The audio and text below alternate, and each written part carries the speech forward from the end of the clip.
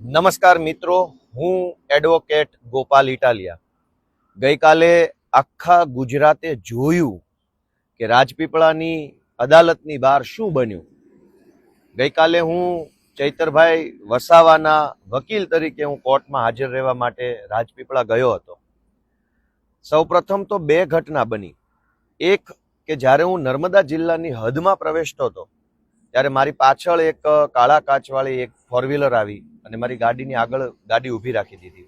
અંદરથી પોલીસ ઉતર્યા અને મને કીધું કે તમને આગળ નહીં જવા દેવા માટેની સૂચના છે, એટલે હવે તમારે અહીંયા રોકાઈ જવાનું છે. મેં એમની સાથે ચર્ચા કરી કે તમે મને કેવી રીતે રોકી શકશો, હું વકીલ છું, હું યુનિફોર્મમાં છું મારા, અને મારે કોર્ટમાં મારા ક્લાયન્ટ માટે હાજરી આપવા જવાનું છે. ચર્ચાના અંતે નર્મદા જિલ્લાની હદમાં તો જવા દીધો, પણ જ્યારે હું રાજપીપળાની અદાલતે ગયો ત્યારે ત્યાં હાજર પોલીસ અધિકારીએ મને અંદર જવા દીધો નહીં. પોલીસ અધિકારી મને નામથી પણ ઓળખે છે, ચહેરાથી પણ ઓળખે છે, એડવોકેટ તરીકે પણ ઓળખે છે અને બધી જ ખબર છે કે આ વ્યક્તિ કોણ છે. તેમ છતાંય માત્ર એને જે કાંઈ ઉપરથી સૂચના મળી હોય અથવા ન મળી હોય તેના કારણે એમણે મને રોકવાનું ગેરકાયદેસરનું કૃત્ય કર્યું છે. મેં એમને ખૂબ આજીજી કરી કે તમે મને રોકી શકશો નહીં, અદાલત એક જાહેર જગ્યા છે. વકીલ જે છે એ કોર્ટ ઓફિસર તરીકે ક્યારેય પણ કોર્ટમાં જવા માટે એને હક મળેલો છે અને રાઇટ ટુ રિપ્રેઝેન્ટ મારે મારા ક્લાયન્ટને અદાલતની સમક્ષ રિપ્રેઝેન્ટ કરવો એ મારો બંધારણીય અધિકાર છે, કાયદાકીય અધિકાર છે. આ બધી જ વસ્તુ પોલીસને ખબર હોવા છતાંય પોલીસે કાલે મને રોક્યો, અને મને નહીં, આ સિવાય અન્ય બીજા વકીલને પણ પોલીસે રોકવાનું કામ કર્યું.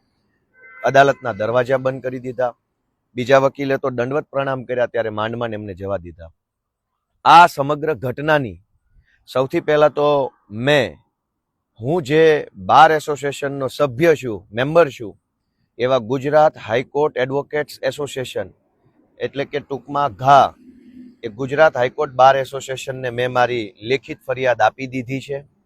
આ સિવાય ગુજરાત રાજ્યના પોલીસ વડા DGP એમને પણ મેં મારી લેખિત ફરિયાદ આપી દીધી છે. આ સિવાય બાર કાઉન્સિલ ઓફ ગુજરાત, જ્યાં તમામ વકીલોની નોંધણી થયેલી છે અને વકીલોની સંસ્થા છે, એને પણ હું મારી લેખિત ફરિયાદ સાંજ સુધીમાં આપી દેવાનો છું. બાર કાઉન્સિલ ઓફ ઇન્ડિયા, એને પણ હું મારી લેખિત ફરિયાદ આજ સાંજ સુધીમાં હું આપી દેવાનો છું. એટલે કે મેં high court advocate association, bar council of Gujarat, bar council of India અને ગુજરાતના મુખ્ય પોલીસ અધિકારી, આ તમામને લેખિતમાં ફરિયાદ કરી છે કે પોલીસે એક વકીલને અદાલતની અંદર જતા રોકીને અદાલતના દરવાજાઓ બંધ કરીને ગેરકાયદેસરનું કૃત્ય કર્યું છે. એની ઉપર કડકમાં કડક પગલાં લેવા જોઈએ, આવી મારી માંગણી છે.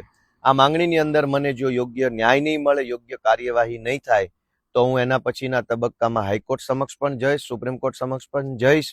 કન્ટેમ્પ્ટની કોઈ કાર્યવાહી કરવી પડે તો એ પણ કરીશું. જે કાંઈ પ્રોસેસ કરવી પડે તમામ પ્રોસેસ કરીને પણ, કેમ કે આ પ્રશ્ન ગોપાલ ઇટાલિયાનો વ્યક્તિગત પ્રશ્ન નથી, પણ ધારાસભ્ય લેવલના વ્યક્તિને એડવોકેટ છે એવું જાણવા છતાંય જો પોલીસ આટલી હદે દાદાગીરી કરે તો સામાન્ય વકીલોની સાથે પોલીસ શું વર્તન કરશે, એ વાત આપણે સૌએ વિચારવાની છે.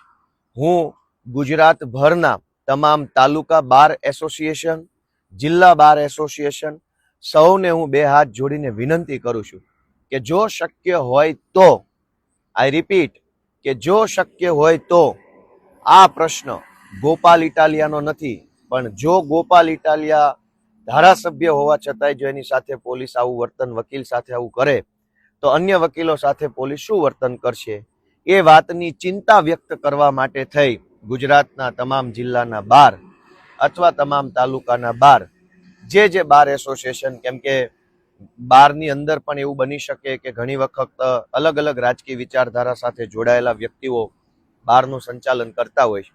એટલે મારી વિનંતી છે કે વકીલોના હિતમાં, વકીલોની સાથે પોલીસ દ્વારા અન્યાય અત્યાચાર ન થાય એ માટે બાર એસોસિએશન જે છે એ કોઈક નિર્ણય લે, કોઈ રિપ્રેઝન્ટેશન આપે બાર કાઉન્સિલ ઓફ ગુજરાતને. અને એક ધારાસભ્ય તરીકે હું એ વાતની પણ બાંહેધરી આપું છું કે આ ઘટનાને પણ હું વિધાનસભાની અંદર લઈ જઈશ. પોલીસે જે કાંઈ પણ ખોટું ગેરકાયદેસરનું કામ કર્યું છે અને વિધાનસભાના માધ્યમથી હું સરકાર સુધી પહોંચાડીશ અને ભવિષ્યમાં ગુજરાતભરના વકીલોને જે સમસ્યાઓ છે, જે તકલીફો છે, વકીલોના પ્રશ્નો છે, વકીલોની પણ કોઈ રજૂઆત હશે તો વિવિધ જિલ્લા કે તાલુકા બાર એસોસિએશન સાથે સંકલન રાખી ગુજરાતના તમામ વકીલો વતી, વકીલો માટે, વકીલોના પ્રશ્નો વિધાનસભા સુધી પહોંચાડવાની પણ હું આ તબક્કે બાહેધરી આપું છું. દોસ્તો, ગઈકાલે જે ઘટના બની છે એ સદંતર લોકશાહીનું હનન છે, સંવિધાનનું અપમાન છે. આટલી હદે અન્યાય, અત્યાચાર અને તાનાશાહી થતી હોય છતાંય જો આપણો આત્મા ન જાગે તો પછી હવે શું જોવાનું બાકી રહી ગયો? હજુ કયો અન્યાય, અત્યાચાર જોવાનો બાકી રહી ગયો છે? મારી ગુજરાતના સૌ લોકોને, મારા વકીલ વડીલોને બે હાથ જોડીને વિનંતી છે કે પોતાનો આત્મા જગાડો. તમારા આત્માને પૂછો કે શું આ યોગ્ય છે, શું આ વ્યાજબી છે.